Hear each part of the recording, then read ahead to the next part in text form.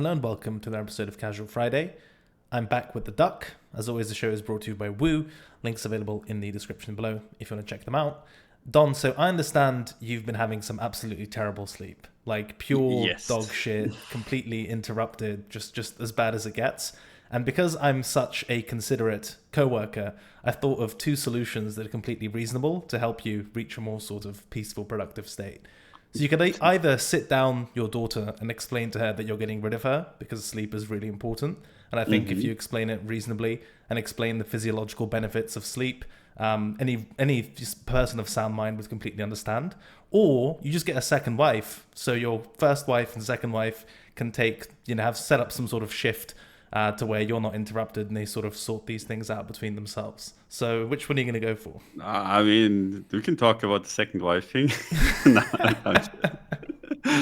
I mean, it's okay. It's just getting nuked, not by the market for once, but by real life. It's okay. It's not the end of the world. We're used to much worse in crypto. Is there a solution? Or do you have to just wait it out? I mean, there's multiple solutions really. Like when the baby doesn't sleep, like one thing, you just take turns, like you just sleep in different rooms. Quite simple. But my wife, who prefers having me in the room, makes her happy, so she has been objecting to that. Right. But we're getting so tired that at this point, it's the very likely end result. Or you can just let babies cry, which a few people do. To me, that just seems awful. Like, I'd rather not. Like, you just let them cry for like 2 or 3 nights, and then usually they kind of get it. It's like, no one's coming to help me. I might as well stop. Pretty much exactly, yeah. So I'm just like, I don't feel like doing that. So yeah, that's basically like the solutions. I mean, I'm sure I'm going to get a lot of advice of things to try. Oh, we're going to get all the childcare experts in the comments now. Yeah, mostly people who've never had kids or looked after them. But, thank you for the comments. Yes. I mean, I appreciate that. It's just like, yeah, we've done a lot. We've tried a lot. It's just how it is right now. It's okay. One of those time periods. Yes. Can't relate. Couldn't be me.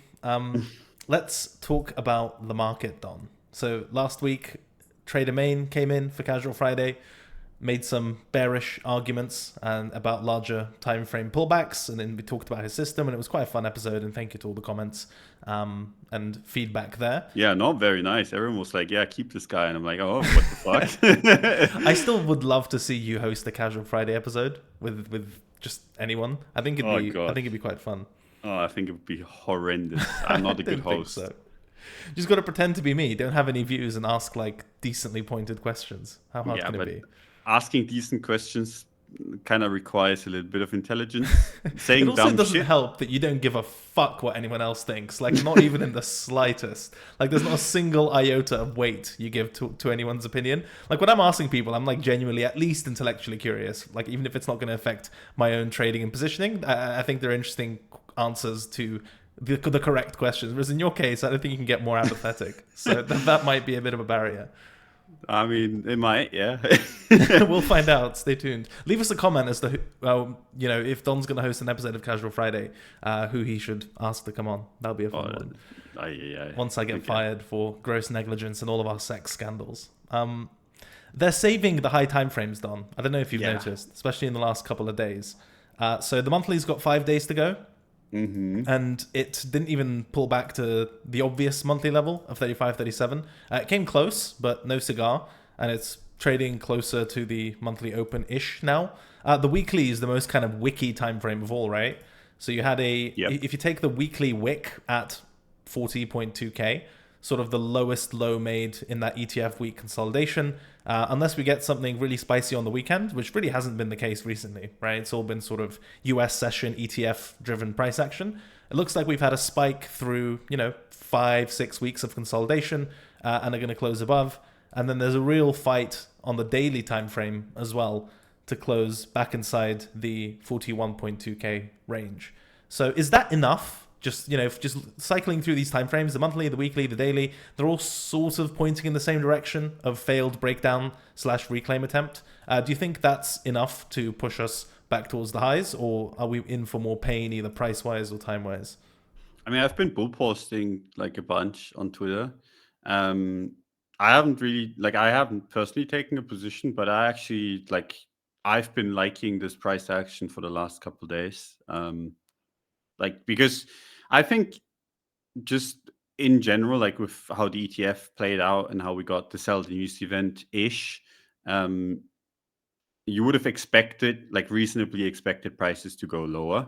But they were very hesitant to do so. And every time they went, it was just kind of like a little bit of a trickle down instead of like the typical kind of sell the news thing where you just get massive volume and just completely creators.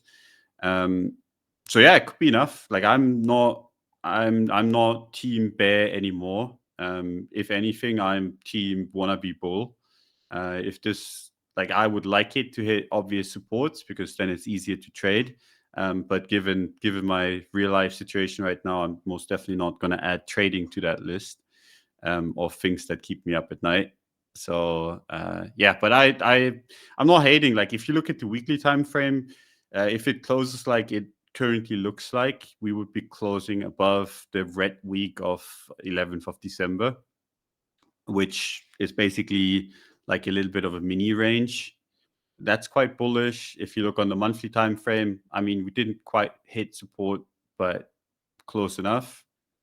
So yeah, I don't know. I'm not a hater anymore. I think at this point, like could go up, could go down. But the up is more likely just based on the fact that the trend is up, right? So like if you get a pullback towards supports, that's something to buy. And not like if you rally into resistance, it's not necessarily something to sell, in my opinion. Yeah, one thing you mentioned that I want to follow up on is you were kind of expecting worse price action post ETF. I think if the market just continued to moon on ETF, then the ETF sell the news people would have been like very obviously wrong. And I think if the market like cratered even further, then they would have been very obviously vindicated. I think if you go from high to low, at least on this Binance chart, and I'm sure Coinbase is very similar, it's about a 21-22% pullback from the high. And admittedly, there was a bit of a big wick there. But nonetheless, from high to low, ETF announcement to the low that we've made so far, 21-22%. Do you think that's close enough to be able to reasonably argue that the ETF sell the news was vindicated? Or is that sort of neither here nor there in terms of the price action that followed through? I think it's pretty much neither here nor there. Like, I don't think anyone was right. Like, because people were like, it's going to go up after. And then people are like, it's going to go down. And I think, like, yes, it went down, but it barely went to, like, it didn't even go much below the range that we did a couple days before it. So, like, it's not like it lost anything. But also it didn't go up. So yeah, I don't know. I think both parties on that front were wrong, and the sideways people were right. Like this is sideways in the grand scheme of things. I know like people see these kind of 10% candles and like holy shit, but if you have like these kind of strong moves and big ranges, 10% moves like this equate to sideways to me. So like anyone that said we're gonna go sideways after the ETF was right. I think. I mean, look at the weekly, right? That's probably the best time frame to demonstrate that point of sideways. Yep. There's not been a weekly close outside of the ETF range, so there's your evidence there. Speaking of sideways people, the other sort of common argument right now on crypto Twitter, it's not as much the 41k bearish retest that I think people are becoming slowly more suspicious of these types of broken support turn to resistance immediately setups, which haven't worked for 8 years or something of that nature. But there is some skepticism around the range high area at like 44 and a half. And the argument there is basically, look, we had a break in market structure. Then we're going to rally into this lower high area and not make a higher high, and then we'll get the larger move to high time frame support. I mean, Capo is obviously the one of the advocates, but I guess more reasonable traders have been making that case as well. That yes, we're in the ETF range at the moment. We had a breakdown, and because we sort of had this climax around the ETF event itself, any rallies are more likely to be lower highs than not. Do you give any weight to 45k and the odds of a lower high, or is that a kind of non-starter for you? I mean, I have it as resistance on my chart as well, but to be quite honest, like if we can absorb all of the GBTC selling, right, that whole narrative was quite a big one for quite a bit. 2 weeks, which is quite long, or like one and something weeks. So if you can absorb all of that negative kind of news flow as well, where people are like, okay, FTX is selling, Mt. Gox is gonna sell, all of this kind of stuff. I think it's like if we go to 44K, I think there's a good chance that we just go higher. That it just starts going like a little bit higher at least. It might not break out towards like 60K, which we like, or most of us want. But I don't know. Like the lower high at 44, I'm not really the biggest fan of. It is range high-ish. So it might be resistance for a bit, but I wouldn't want to bet on that being the high before new lows kind of deal. Like I don't like it. I think in general, when you have these kind of negative news and price doesn't do anything and then comes back up, those are typically my least favorite things to be bearish on, right? Like there's the market had all the reasons to go down, and it didn't. So like is a shitty resistance going to do that job? I don't know. Like even if it does, I think it's not the best trade because I mean it's just low probability, I think.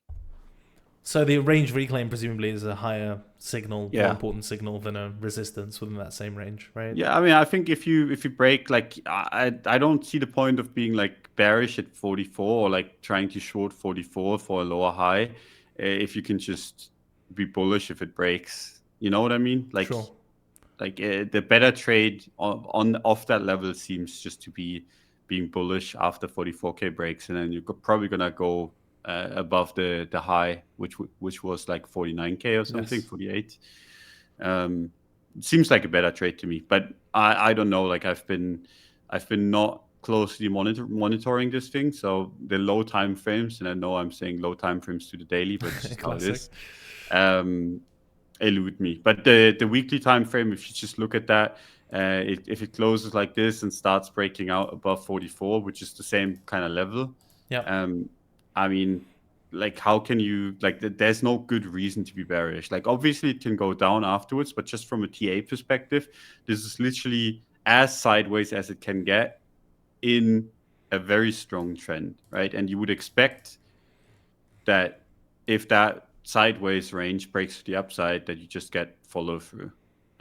So yeah, not looking too bad if it continues like this for the next, like for the weekend, and then we have a little bit of a strong showing on Monday. I mean, I'm not hating on this chart.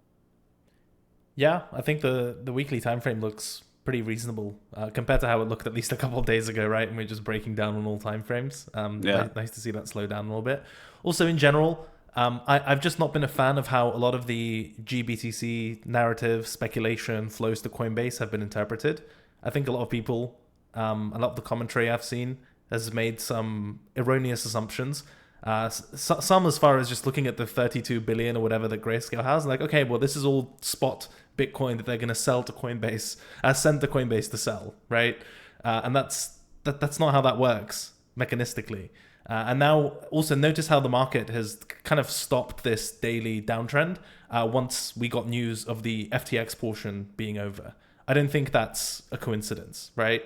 So I think people are just equating outflows from GBTC to necessarily mean in every case that those are just kind of redemptions and spot sales in the open market. But I don't think that's necessarily true. There's enough evidence now that there's definitely like an urgent chunk of that GBTC, BTC that needed to get out pretty much as soon as possible. And they were just willing to slam spot and, just exit. But a lot of the other outflows quite reasonably can be expected to just be conversions to, the BlackRock ETF and just cheaper ETFs. And those outflows, or those conversions rather, don't end up as spot sales in the same way as some of the actual urgent selling. I don't know if that makes any sense, but that's at least how I've been thinking about it. And then we also wrote in Technical Roundup, trletter.com, our free weekly newsletter, how the actual ETF volume and inflows, GBTC aside, they're actually quite good, right? Like these are some pretty good numbers, and that the normal market impact that would have essentially got dampened by the aggressive unwinding in GBTC. But if the inflows are somewhat persistent, or at least they get a chance to shine without the overhang from the much more aggressive, much more urgent Grayscale selling, compared to the generally more passive TWAP ETF inflow buying, then that should show up in the chart eventually, right? So there's some interesting dynamics around that as well. But also, like, if in doubt, as much as muddied as the ETF GBTC, oh my god, they're sending the Coinbase narrative was, the technicals have been pretty reasonable all around, I think. So maybe it's a 50 IQ type of thing. But if the flows are complicated, you could always look at the chart, and it'll trap you sometimes. But on the whole, especially with really high market cap stuff like BTC, it'll at least point you in the right neighborhood, right?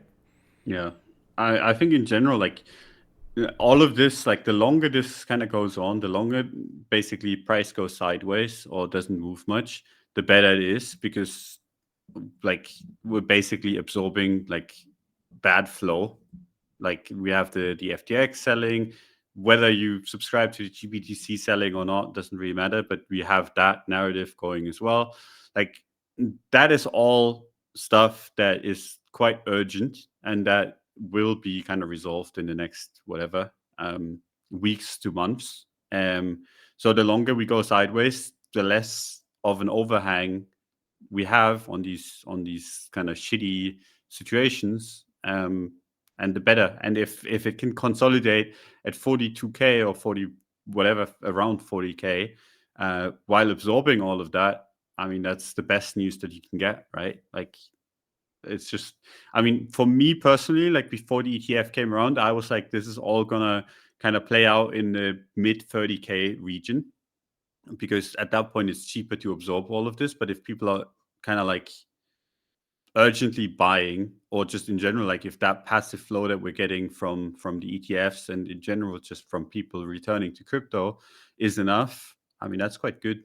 That's like more bullish than not. Like the higher the consolidation, and the longer it goes on, the better, I think. Like, I've seen a bunch of people argue that this is distribution, whatever. I'm not entirely sure on that front. It could be. Obviously, we've had highs where it just like went sideways and then retested the highs and then dumped. But yeah, we usually get toppy action based on like when everything is good news, when everything is rosy. Right now, I would not necessarily say that is the case. Wish I could get some toppy action, bro. I swear to God. But yeah, I mean, Sorry, no, it's all good. I'm more positive than negative. Nice. I think in general, as long as like the range low holds, which is 35K, which, I mean, on the pullback towards like 38K, that was reasonably close again, right? Like we talked about 35K as a support when we were moving towards like 40, 45, and we're like, we're quite a bit away now from like some sort of risk definition on the nuke that we got, or like whatever you want to call it, small pullback. We got at least closer to it. So yeah, market looks better than expected is the TLDR, I think. Nice. Yeah. I think that makes sense. And from a technical point of view, presumably, I mean, 35 is 35, 37, whatever monthly is still the big invalidation. But locally speaking, presumably you'd want the 40K range low to hold if this currently optimistic consolidation on the weekly and daily is going to play out.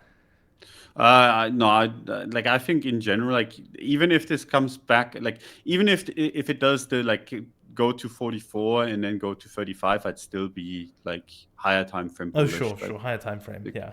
On the lower time frames, yeah, obviously, like if we close below 41, and this is just in general, I think if you want to be on the safe side, throw on the weekly time frame. You kind of look whether you get a close above 44 or below 41.3 first, and then you just play whichever direction you get. Like you don't fade that. I think that's the conservative kind of play. If it closes below, I think you can kind of aim between 32 and 35. If you get that, that's a godsend. I think that's the best you can hope for in a trend like this. It's very, very close to invalidation. That's why I'm saying it, because if you start losing that range low, it would look really, really bad. but it obviously doesn't have to give you that. And if it kind of closes above 44, you can just basically pray to God that it's gonna go to 60, because that's realistically, to me anyway, the next resistance that you have. And then you have your invalidation for you too. Like the moment it closes back below 44, you're just like, okay, this is just choppy. You can kind of ease off or kind of look at the market again in a different kind of view. Just say rebalance. It sounds so sophisticated, doesn't it? Oh yeah, you can rebalance your portfolio at that point. The market rebalances it for you. Yeah. Oh yeah. I think that's really reasonable, especially on the weekly. It's weird to consider that, like 2-3 weeks before the ETF and now 1 or 2 weeks post ETF, it's unironically been the same range. And I know that's very cliche on crypto Twitter now. You'll see like an 80% price range being like it's all range bound, and it's like, is it? Like, I'm not sure that it is, but this is one of those instances where we haven't had like a higher high close or lower low close in like 6 weeks or whatever, right? Yeah. So this is like actually a range. And if you remember back to previous Casual Fridays and also like the streams that I did, I said the most bullish thing that could happen after the ETF is if it just goes sideways. Yes. So like I'm still being consistent here, being like, yeah, as long as we can absorb all these sell the news flows, we're golden. But Don, your bottom call butt buddy Chris Benisk is bear posting. Is he still bear posting? Yeah, he updated his bear post yesterday. So. Oh yeah, but I mean, yesterday was like before it went up today. Okay, you can't say that shit. That's not how this works.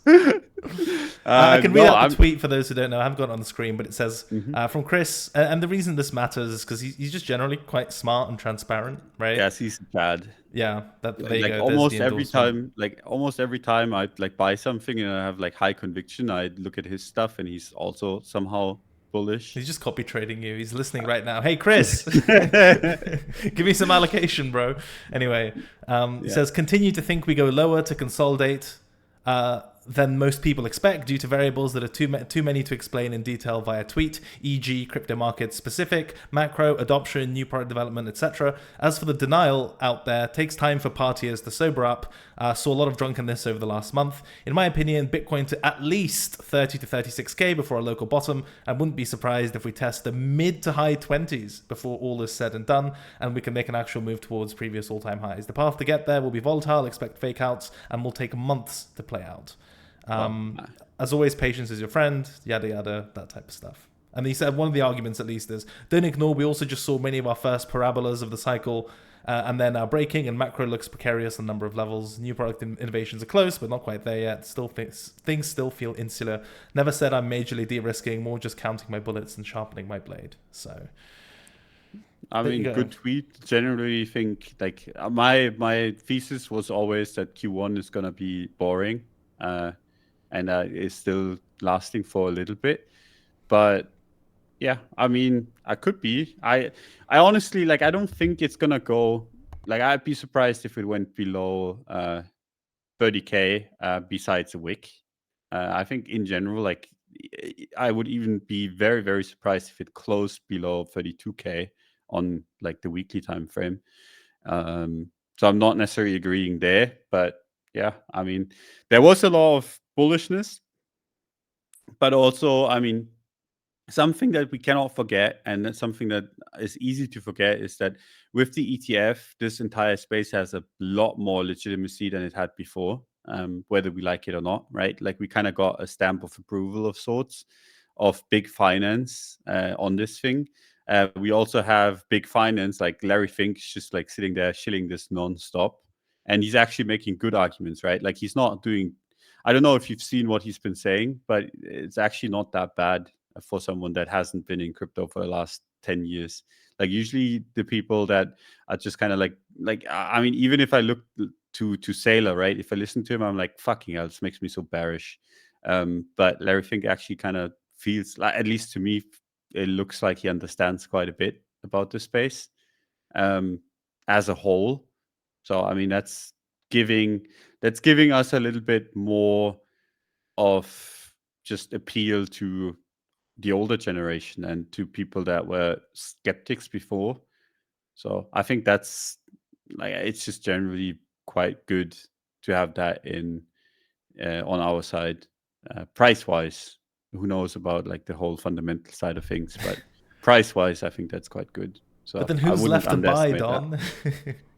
Oh, I mean, who's left to buy? There's a lot of people left to buy always. That's true. It's the And just question of price makes people buy and sell as well. yeah. It's not I like mean, there's this like a thing fine. goes This is this is like the worst argument ever, right?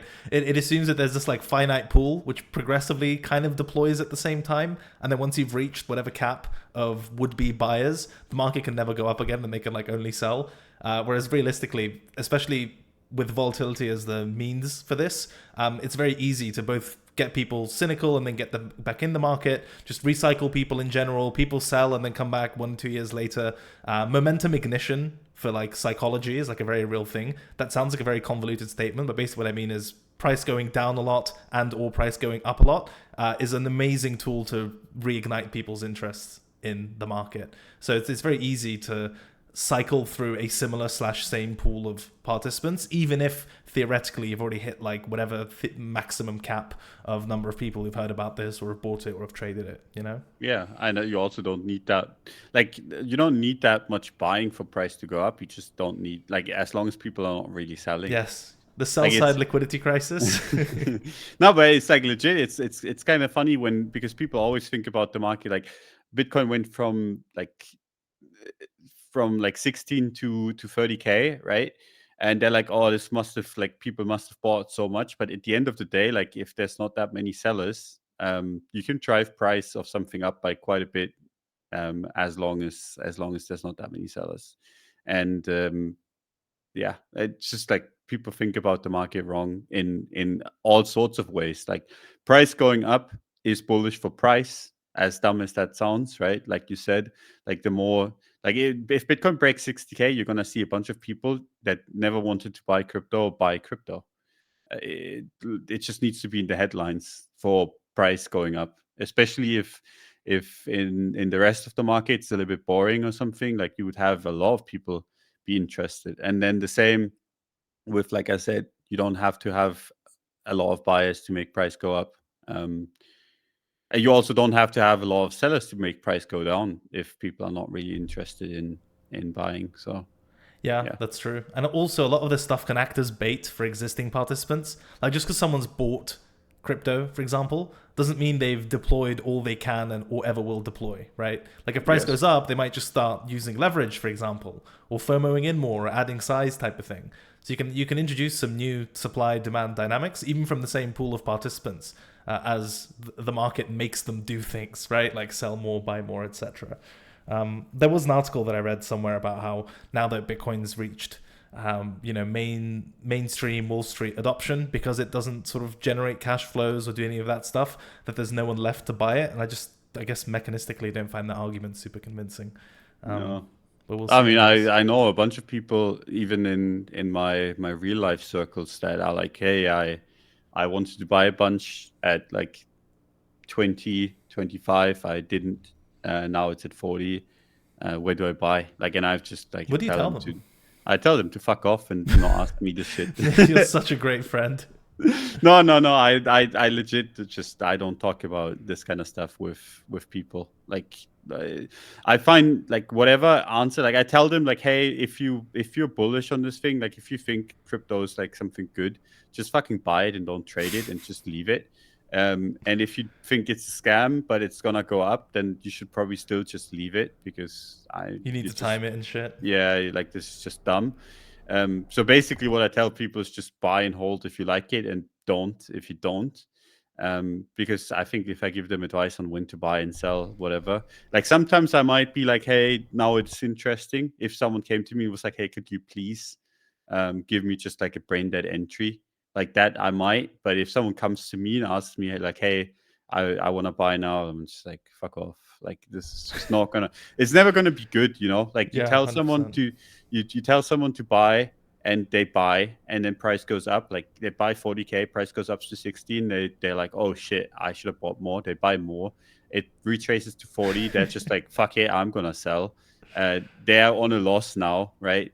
Kind of being mad at you for, like, obviously I don't think my friends would be, but I just generally don't want to be in that situation. And then they're like not happy with you because you kind of got them into it, you know. Well, you're the scapegoat at that point, you know. Yeah, I mean, it's just how finance stuff always Dude, works. I go the other way around completely. I just tell everyone it's a scam.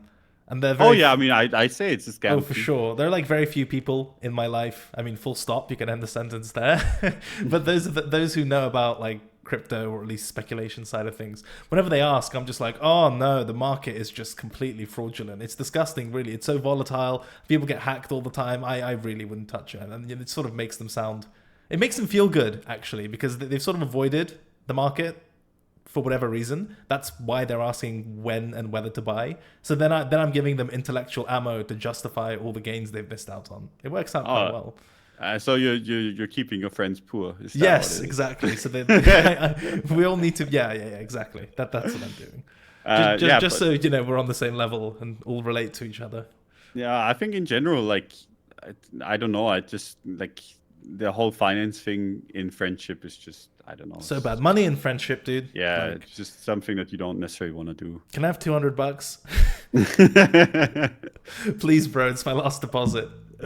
Okay. I'll send it after the show. Perfect. Okay, let's end this here now. Fuck it. I need this so bad. So that's BTC. Somehow we got around to finishing the thought. Hopefully some portion of that was helpful. If not, you'll have to wait until, I would say Monday, but let's be real, Tuesday or Wednesday. ETH, Don, your favorite crypto asset. I'm going to start with your favorite chart of your favorite crypto asset, which is ETH BTC. That looks so shit. It's given back about half of its engulfing moon candle, and that's not good. So there's some sophisticated analysis for you. Why do you think this is happening? Because I think this show deserves at least some credit for being turbo skeptical about the ETH rotation trade, right? Yes. You can even go back to episodes way ahead of the ETF, and the argument was that, well, what if the ETF is some version of Sell the News, and then the rotation to ETH ends up being either toppy or underperforming, right? I think one of the best, and this just sounds, like I'm sort of bigging up the show, but this is my honestly held opinion. I think your midwit trade explanation for ETH, literally like half a year ago, is one of the best theses for 2023. Like, that was just really fucking accurate and really well put together in like a very simple way. So I don't mean to make your head even bigger, but I'm sure the audience can appreciate that was very prescient and had like such an elegant explanation as to like, BTC for the ETF and then shitters for the shitters. Why the fuck are you buying ETH? And it just played out for a whole year. That was really fucking good. It's straight, like, it's quite funny because it's very obvious now in hindsight, like when I said it back then, like it turned heads because people were like, ETH has to outperform Bitcoin because it always does. But yeah, now it's not. I mean, this looks like shit. Holy fuck. I'm a little bit surprised by the move today because technically speaking, like when you have like this bounce from Bitcoin today, right, has to at least put a little bit of a damper on the whole, the ETF was to sell the news thing, which could give ETH a little bit of like a tailwind too. But I guess people are just like so sick and tired of it, and it's been underperforming so much, and people are just, I mean, Solana's up 7% today. ETH is up 2%, and that's kind of been like the name of the game. So maybe this just continues like this until the ETH ETF is actually like something that would make sense. Isn't there some scammy EIP that can make us feel better? I swear there's some roadmap shit that should that we can cope with. I mean, probably. There's got to be an EIP out there somewhere. I mean, look at the price. Like, I mean, I just look at the ETH BTC chart, right? And I think in general, like above 0.063, this is where me personally, I would start buying ETH. Anything below there just looks like shit and it's not worth having. Is 6.3 like a market structure break level, basically? Yeah, 0.063 is basically like, we had that on the weekly time frame, 25th of September, that one green week in the sea of red. Before you, mate. Yeah, you can, like, we've done the show for long enough now. But yeah, that's basically like, that's what we got rejected from. It would also be kind of a reclaim of sorts. Like, at least we would get back into the midst of the price action that we had before this whole bleed out. That's the minimum for myself. Now, I've been saying, just because I'm very conservative on ETH, because it just doesn't feel right, that I think there could be a trade if ETH closes, like holds above 0.057 on the weekly time frame. That's kind of the range low, but it doesn't really struggling. look like I'll that. say that much. Yeah, and if it comes back, like you can draw a trend line. I don't know if you have that one or not. Like from like January 2017 all the way across, and that trend line's been tested twice now. And if we come back to test it immediately after again, then that's just shit. So not great. I still don't like it. For my personal buying, whatever. I think there's better ways to kind of trade altcoins, because the thing is, like, if you reclaim 0.063, I think at that point maybe ETH sucks out some air out of the other altcoins, and then you get a little bit of, like, at least you outperform something again. Right now it just seems like whenever altcoins are doing well, ETH is not doing so well. And whenever, like, I just generally, ETH just doesn't do well. It's just purgatory, isn't it? Yeah, that's terrible. And this is also something that we talked about, like, that ETH, like, when it trades like this, is literally the worst trade, because, like, Bitcoin went down, and ETH BTC, like, went up during the down move of sorts, so you're kind of like, you're not making any USD, because you're just like, you're losing less, but then also you don't really get to buy a dip, and then afterwards it just bleeds it all out again. So you're kind of sitting there, you don't get dips to buy, you don't get anything really to trade properly. So it's just the worst place to spend your time. Like, it doesn't dip as far as it should. And then once it does, I mean, it just keeps underperforming the entire way. So and it feels like there's a social cost to the small windows where ETH does well, right? Like, we get some decent ETH leading upside price action, and then for the next week we're doomed, or at least for the next following days. It's actually catch a break. It's actually been like something, like, whenever you've seen ETH BTC actually appreciate, it's been near local tops. It's been very, very accurate. Yeah. Which basically shows you, and this is a very bad position to be in, right? Do you remember back in like 2020, and also like in some like form of old seasons in between, where like the old shitters, right, like Litecoin, XRP, whatever, they would always pump last. Yep. And then everything would go to shit. Yes. And it's basically, the reason for that was that everything had pumped already, and people were just looking for something that hadn't gone up, where they can like throw risk at, because they were just like so kind of horny for risk, like taking the worst of it, just anything that hasn't pumped. So they got to the shittiest of shit, and then they put their money in it. And at that point, like, if everyone buys the shittiest of the shit, I mean, the market is just gonna reverse, right? And ETH is kind of in that position right now, where like the same thing is happening. Like, every time ETH goes up, the market tanks, which kind of, like, if you kind of turn that logic on its head, like, it's because ETH is just shittiest of the shit right now, which, I mean, I don't fundamentally agree with, but it's trading like that, which is very bad. Like, those are the coins that you never want to trade. So that's it. Yeah. Title of the episode: Never trade ETH. I'm gonna look at your second favorite chart, Don, which is ETH USD. I know you've got a lot of time for this one. I fucking hate it. We've sort of gone back and forth on the monthly. I still don't think it's a particularly good time frame for ETH. But even if you think it's a good one, it's not telling you anything particularly positive, right? Yeah. We kind of tapped the extremity of the monthly at 2,600, if you consider that a level. And we're back at 2,200, which is the other monthly level. And then this would be actually a really shitty monthly close, especially if it pushes lower, because then you would have a tap of the monthly extremity and a close below the nearer level. And that tends to suck, right? Yeah. We've sort of spoken about the inverse of that before when it comes to setups at support, where you wick to the lower level and close above the higher one, and that tends to be quite good. I think the logic sort of applies to resistances as well. Like, you wick the higher one and then lose the local one. It's a bit shitty. But so, even, the monthly at best is a wash. At worst, it's a bit shit.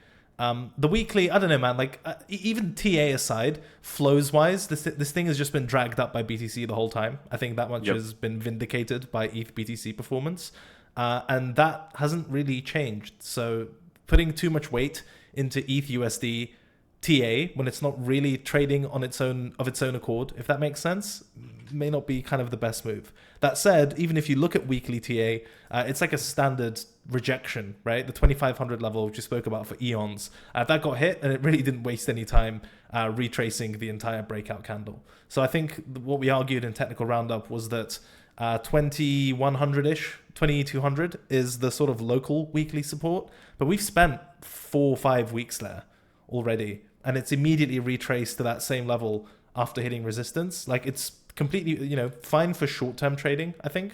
But bigger picture, sort of structurally, you have an asset that's weak against BTC, one that can't catch or benefit from any narrative, is getting outperformed by everything else, and even the upside that it has had it's just been dragged by Bitcoin. And the one window of outperformance was this really forced ETH rotation on the day of the ETF, and we've sort of given back more than half of it now. So all of that is negative, therefore bottom. What do you think? Yeah, I mean, could be, but like whenever you have so much evidence that something's shit, just assume it's shit until it proves you otherwise, I think. And what would proving otherwise be in this case? Would it be ETH BTC capitulation, ETH BTC strength? Maybe ETH USD has to do something? Yeah, I mean, like the thing is, like I think both would work. Like both ETH BTC strength and ETH BTC just complete and utter nukage would work. I think above 0.063, like that's the strength that you're looking for. That'd be enough for me, where I would be like, okay, I think the ETH narrative is gonna catch on. Because what we had right now, and you said it quite well, is that we had this very forced narrative push into 0.062-ish, into that resistance. And if we get a second leg to that, maybe there is something to it, right? And I mean, the narrative is basically like, we got Bitcoin ETF, we're going to get an ETH ETF. That's the whole narrative. I think that could actually take ETH BTC higher. But it needs to kind of catch on before then. I don't really see it.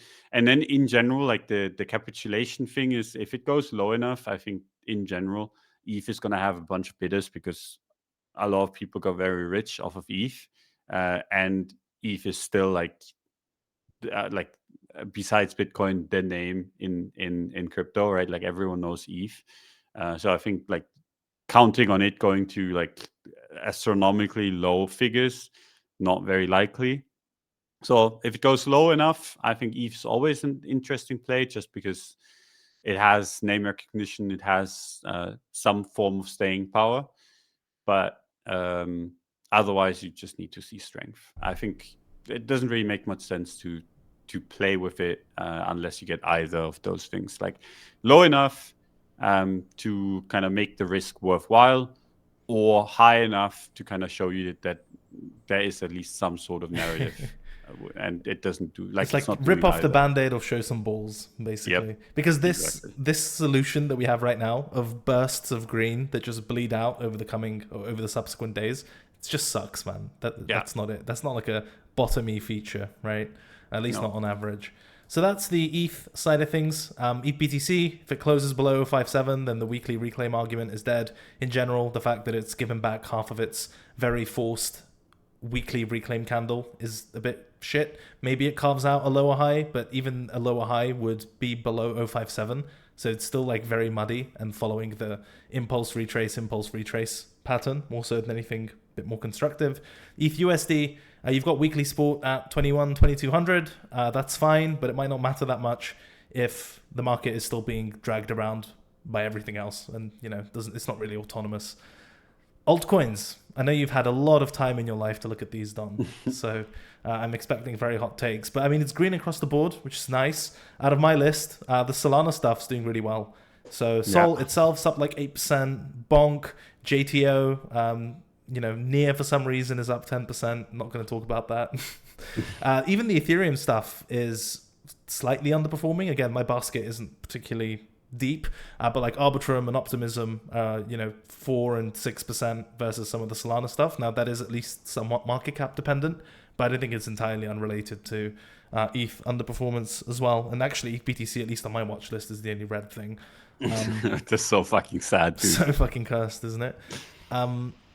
If you had to trade altcoins, where would you look? And do you think in general it's a good area to look for swings, or is this still very much short rotation, flavor of the week, what are the influencers tweeting about type of situation?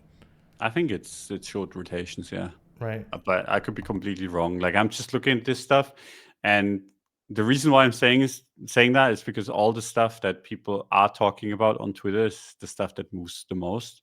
Solana has been moving the biggest. It's been the hottest narrative.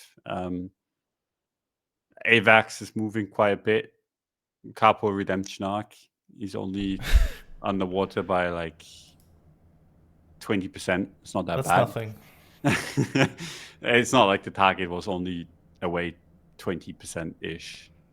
But I mean, there's some interesting maths in Italy, is what I've learned. Yeah. I mean, it is what it is. Anyway, like all the Twitter narratives are basically the ones that are, or like not, I guess, like it's not necessarily Twitter narratives, but it's the stuff that is talked about is going up. The stuff that is shared by influencers, basically.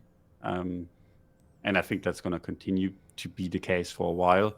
I think the moment you start going like veering away from that, and just the moment the market kind of develops a mind of its own, so to speak, I think would be if Bitcoin goes towards like 60K. I think at that point, it makes sense to just buy whatever the fuck your neighbor talks about. Right now, it's basically just like whatever has mind share is probably going to keep mind share, because the other ones don't have a narrative yet, and the market isn't hot enough to just kind of push everything.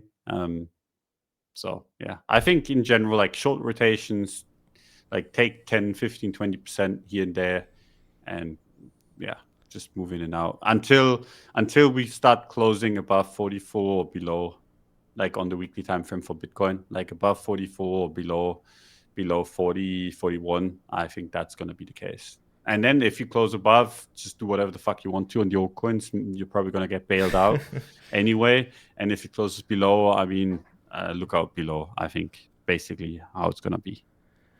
Yeah, boring but reasonable. I think whatever narrative we have, at least one way to categorize it is, I mean, you could say no narrative, but you could also say it's recency plus familiarity, right? Yes. So absent something new, or somewhere where you could just point to a sector or flows or themes, which kind of exist, but not really. I think a lot of people are speculating on future flows and themes, but realistically, sort of market-wise, in terms of what's doing well, I still think recency plus familiarity is the best way to look at it. It still feels generally quite mercenary to me, which is why, something like Velo or Coinlise, whatever, and setting up some filters there, which I've tweeted about before, as far as open interest, changes, liquidations, top gainers, top losers, just screening like that, without too much of a fundamental rhyme or reason, probably makes more sense at this juncture, I think.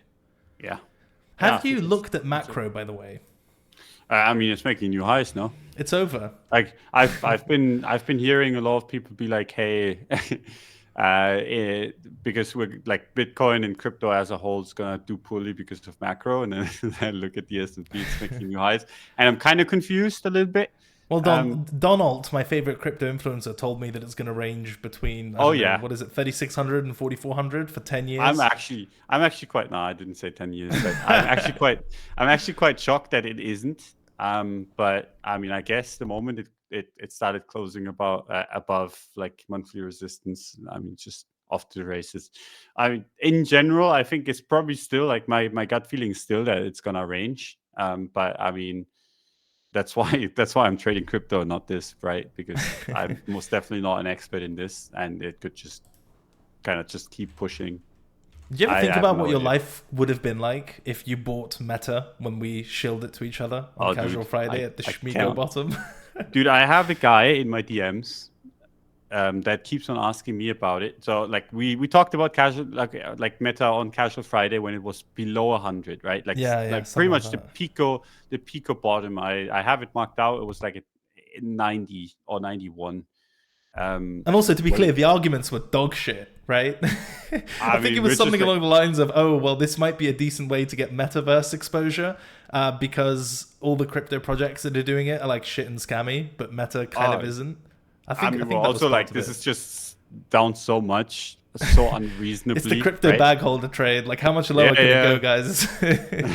I mean, it was down 77% at that time when we talked about it, and that's like a proper like it's not like fucking Litecoin or whatever. Like, this is something that has some real life impact. So we're talking about it anyway. This guy like DM'd me like at 120. It was like, hey, thank you very much. Like, I bought a shitload of Meta when you guys talked about it. And where should I sell? And I was like, I wouldn't sell it. Like, I don't know if you're gonna get like an entry like that again. And then it went to like 200, and he DM'd me again and was like, hey, dude, like, should I take profit? And I was like, do you like it? And it was like, yeah, I like it. I think Meta is gonna do well. And I was like, let's just fucking keep it then. And then he DM'd me at like 350, and he was like, oh, thank you so much. And I'm like, fuck you, dude. And that guy's name is Mark Zuckerberg. Yeah, and I was like, I didn't buy any. And he's been fucking sitting in this trade from 90 something all the way up to 400. Fuck. And I'm just like, dude, what the fuck? But also credit to him for just diamond handing that shit, right? Like, taking the entry first and then just holding it. What a legend. Yeah, I cannot believe. Now you're going to get a million DMs about stocks, so I hope you're ready after that. Also, did you take your account off private? What's the reasoning there? Do you just need some of that clout? Is that what it is? No, I got like 10 DMs or so of people being like, hey, let me in, please. And I was like, okay, whatever the fuck. That's all it took, Don. Yeah, I mean, the moment is, I'm not really that active right now, so I'm not really checking my notifications so much. But the moment, like, the quality of stuff goes down again and the bots take over, at the moment it annoys me. Basically, I'll just put on private again. Give it like 2 weeks. Yeah, and then we'll see if it lasts for a long time where it's shit. Then I don't know. Maybe I'll keep it private forever. Maybe not. I don't know. It's fine. Just get enough new people on our ref link, Don, and I'll forgive your privacy. Okay. I'll try. Do you want to cover some quick news stuff? Yes. Let's do it. I've got 4 articles here, opening them in the boomer way. So the first one is the SEC delays decision on Grayscale's proposal for spot Ethereum ETF again, with order to institute proceedings and seek public comment. So just kicking the can down the road. I think there are some May deadlines that are the important ones, according to the ETF people. May 23rd is the next date that matters. I really think the ETH ETF narrative is going to be underwhelming compared to BTC. I think we've already seen some early signs of that with similar enough analogs, like how ETH responded to its futures ETF type of thing, right? And just how the markets responded post Bitcoin ETF. And I think the market in general gets narrative fatigue quite quickly, especially given we've had, the magnitude of the Bitcoin spot ETF narrative was so big, and the time duration, it was for so fucking long. I'd be really, and everything is at a higher price now as a result. That's also like a pretty important point, right? So I'd be very surprised if you could just transfer, if you will, the returns and the price action from the Bitcoin spot ETF and say, well, now ETH is going to do the same thing, and then you project, well, BTC went up this much from 24k to 55k or whatever, and so ETH is going to go from 2200 to 10 million or however the maths works out. I'm not convinced that that's the case. I still think, again, bigger picture, it'll be really nice to get an ETH ETF, and then we can really sort of kickstart the Ponzi of getting an ETF for every single altcoin and, live in some weird tokenized TradFi spillover universe. But I think those looking for a repeat, basically, of how Bitcoin played out, I think they might be disappointed. But I haven't really spent too much time thinking about it. Do you have any initial gut feelings about this? Yeah, I think in general, like the ETH ETF, I could see it just be a buy the news event, where basically like it is shit going into it, and then it gets more and more concrete, and then you just buy like a little bit before and hold through the event.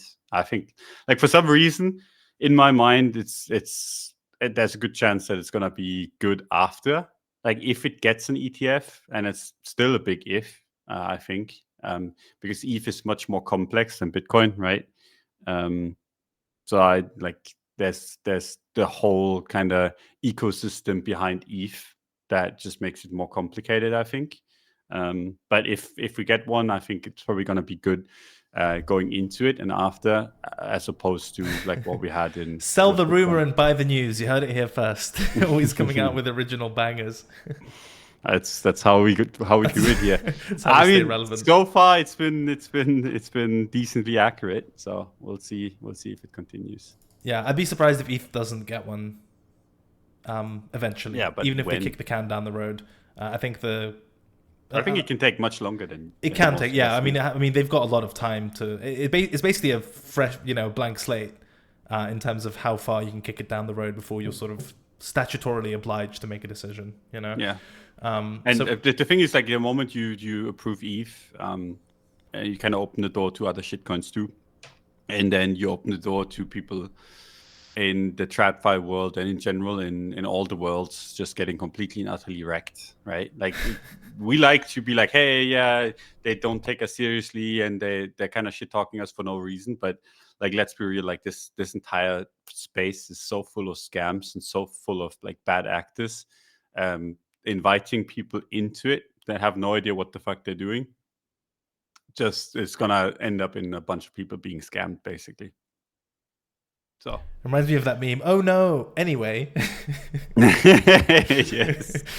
Also, Kobe made a hilarious post about what if you just tornado cash the ETH address for the ETF. Which would be hilarious. And then people are going to do all sorts of shit, like send them tokens and be like, oh my god, look, BlackRock is holding whatever shitcoin and all sorts of stuff. I think it'll be quite funny. It's going to be glorious, yeah. So at least there's some entertainment in store. The other one is Bitcoin downside pressure limited as GBTC profit taking mostly concluded, according to JP Morgan. So this, to some extent, echoes the argument that we were making and a lot of people have been making, that sort of how aggressively GBTC has been selling its BTC. That's not just like standard redemptions or market operations. There are some urgent and by definition sloppy sellers, and then once you get them out of the way, the market is more prone to mean reversion and just stabilizing a little bit. I mean, they own a bunch of it themselves, so, and they're kind of like getting like the what's the group behind GBTC? Fuck my life. Grayscale. Thank you. I'm just losing it. That's what the G stands for. Yeah. No. But in general, like, I mean, basically everyone involved with Barry is fucked, and they owe a bunch of money. I was talking about the bigger group, like the one that Barry. Oh, Digital Currency Group. Thank you. DCG. Yeah. And I mean, they are basically fucked, and I wouldn't be surprised if there was like a bunch of kind of money moving around, because this is kind of bailing them out, Like this whole price move up and whatever is bailing him out. If we stayed down at 16K, I think that would have been a very nasty ending to that whole story. Now it's still gonna be a nasty kind of ending. I think. Like, I don't think he's gonna be too happy with how all of this went, but at least he's not gonna lose his head. It's a better collateralized nasty ending. Yeah. But there's like a twofold effect, right? Like, price went up and the discount closed. Exactly. The discount was the bad part. That's like a mega bailout, Yeah. That said, a lot of the aggressive sellers were already out of the market, and that's what kind of caused the discount in the first place, right? Yep. By price plus discount. It's not like every single urgent seller who needs to sell could afford to sit through like FTX blowing up, BTC at 15K, like 40% discount on GBTC. We actually got a decent chunk of that supply out of the way as the discount window was closing. But clearly there was still some waiting for ETF approval to take advantage of it. Yep. And the moment they're out, and I think like one thing to note is that a lot of the people that are moving out now are probably going to move into other products. They just don't want to hold this one because the fees are much higher. And a lot of the people that still hold it might actually also just keep on holding it because they don't want to go through that whole tax hassle, hoping that once the urgent kind of once the urgent escape is done, basically, that the people running GBTC are gonna just kind of make the fees lower to keep the rest of the people. I don't know if that's realistic or not. They just kind of seem the scummy take as much as they can get while the ship is sinking type. But I don't know. We'll see. Yeah, it's like keep fees high and lose your AUM, or lower fees and make far less money, right? Yeah. There's no good answers there. And that, as far as what we've seen, it just kind of seems reasonable that they're gonna fuck everyone as hard as they can on their way out. It's so tough there, right? Because I mean, GBTC to some extent, we've discussed it as the Widowmaker trade. Kind of, that ARB made everyone rich and made it possible to pump prices really high and credit expansion and borrow a lot of money. But then that also killed us. But then also the Grayscale lawsuit was really key in getting the ETFs approved, and even Gensler said as much. So it's a very complicated entity. I still think net negative probably makes sense. I still think we'd get the ETF eventually, and the blowups. Yeah, that's. I think a lot of that can be ascribed to Grayscale.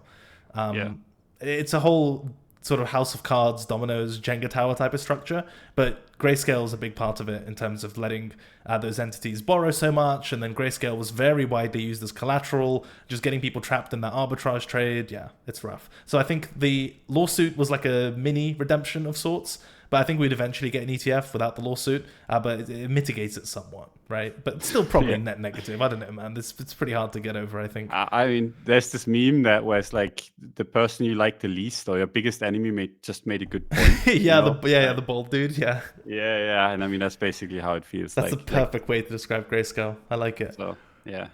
Is what it is. We'll see how that goes. But I'm gonna be happy when they're gone, or like at least not a big player anymore. I mean, Barry's fucked off already, right? Like he left. Yeah. I mean, I don't think he left. I think he got kicked out.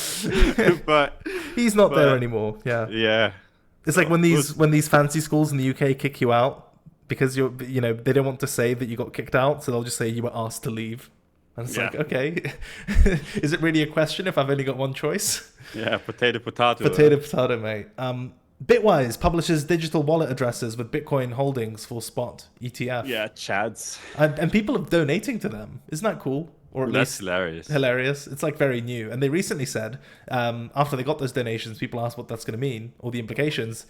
They said these assets will accrue to the benefit of its shareholders. And so it's just gifts. You can actually give the American government a gift to I think you can do it to pay down the national debt, but also just to help fund its services. You can literally tip the government as if taxes aren't enough, which is quite funny. So this isn't an exact analog, but it's just quite interesting how you can have an ETF that gets assets for free without sort of corresponding inflows. At least for BTC, it's fairly straightforward, right? People send sats and shit. For ETH, as we discussed, I think it's going to be a fucking disaster, mate. All the spoofing and the shit coins sent to them, and oh man, that's going to be something else. Yeah, I mean, in general, if you want to tip the people, just fucking burn your Bitcoin. I mean, it's the same things, just better, honestly. But obviously, I get it. It's kind of send a message, whatever. Yeah, it's cool publicity. But yeah, everyone that kind of burns or loses their Bitcoin is technically tipping everyone else, which is quite cool. Interesting mechanism. Don, the last one, and this is your favorite, I'm sure. Crypto projects have given out 40 billion points so far. When will it end? So I discussed this with Maine, and I think it's a step backwards, right? We're just abstracting even further away from something that could potentially have value. So initially there were criticisms. We've sort of gone from one extreme to the other, where at one point we were arguing, well, does this even need a token at all? And now it's I will take anything that might in the future form as some form of representation of potential value, maybe at some point. And I just feel like points are almost insulting as far as being so detached from either just the token or any value associated with the protocol or whatever you're using. The issue is I understand why it's fun and setting up incentives, but I would almost rather have tokens that I know are useless functionally in terms of governance or utility, but at least I can fucking trade them and it's a real, crypto real thing, as opposed to just a promise of a promise, right? Yeah. And also there's an asymmetry baked into it, and correct me if I'm wrong, or maybe I'm just thinking about this wrong way. Again, I haven't really spent that much time thinking about it. But if I'm a protocol that's rewarding points, the idea there is to incentivize participation on my protocol, on my chain, or whatever else, and for that to be sticky, right? So people will stay and accrue points and compound and perform all sorts of actions to get even more. Now, I don't have to give them shit, because I just say I'll give you points, and I've given them points. It doesn't cost me anything. However, at the same time, because their TVLs is sticky and their volumes and however they're interacting, number of wallets, all those metrics are to my benefit, I can then use that to just raise more VC money that I then keep to myself, and I don't even have to do shit with the points at that point. So you're literally just farming the people and their activity to kind of inflate your metrics. Then you can raise real, actual fucking cash to presumably slow rug, as happens in most cases, but fine, benefit of the doubt to hire more developers and grow the protocol, whatever else. But if you're someone who's just farming the points, then you're just providing kind of inflated metrics with the promise of nothing in particular. Because at the moment, I don't know if we've seen a useful, well-defined transition from points into tokens, right? Yeah, and that's allowing the tokens themselves are to some extent useless as far as the governance goes and utility. Like, we've sort of given up on that charade long ago, but it seems like the points charade is still ongoing. And to me, there's just such a fucking stark contrast between being promised nothing, but then your counterparty or the protocol being able to raise cold hard cash as a result of the nothing they've promised you. Does that make any sense, or am I just completely making shit up? No, it totally makes sense. The funny thing is, like, they don't even really get into legal trouble too, right? Like, you can just give them, like, you can give your users points and then cool, is what it is, Like, you're not starting a token, you're not starting anything at the end of the day. As long as you don't promise anything, I think, like, I'm not a lawyer, but that seems like an easy way out. Basically, like, promising a token without promising it. Yes. You get all the benefits of speculation, right? Without actually having to deliver shit and without the legal risk. Yeah, and then you can do whatever the fuck you want to. Yeah, it's a shitty kind of system. It's a step backwards, isn't it? At least it feels like it. Yeah, everyone's just kind of afraid of the security laws, whatever. Yeah. And then people are obviously also taking advantage of it. But yeah, I'm not a big fan. A lot of these aren't even using the tech properly and sort of having blockchain integrations. They're very limited venues where you can trade them. There's not much transparency as to how these points are accrued. Most of the time, there obviously isn't any kind of roadmap or promise as far as what these points will convert to, for the reasons that you mentioned, that they're scared about securities. So basically, founders have just found a way to raise even more money with fewer rewards for their community. It's amazing. We sort of lead ourselves to the slaughter, it feels like. Yeah. I gotta go. Excellent. Well, that was the last news article. Perfect. Well, much love to everyone listening. I'm out. Love you. Don is gone. I'll round up. Thank you to listening to this episode of Casual Friday. Thank you to Woo for supporting the show. Their links are available in the description below. You may have missed Meta, but the market is still here, and hopefully you have a decent time trading it. Have a wonderful weekend. We'll see you for the normal content next week. Monday markets, Tuesday newsletter, Wednesday Don stream, and then another episode of Casual Friday. Have a wonderful weekend, and we'll see you next week. Bye-bye.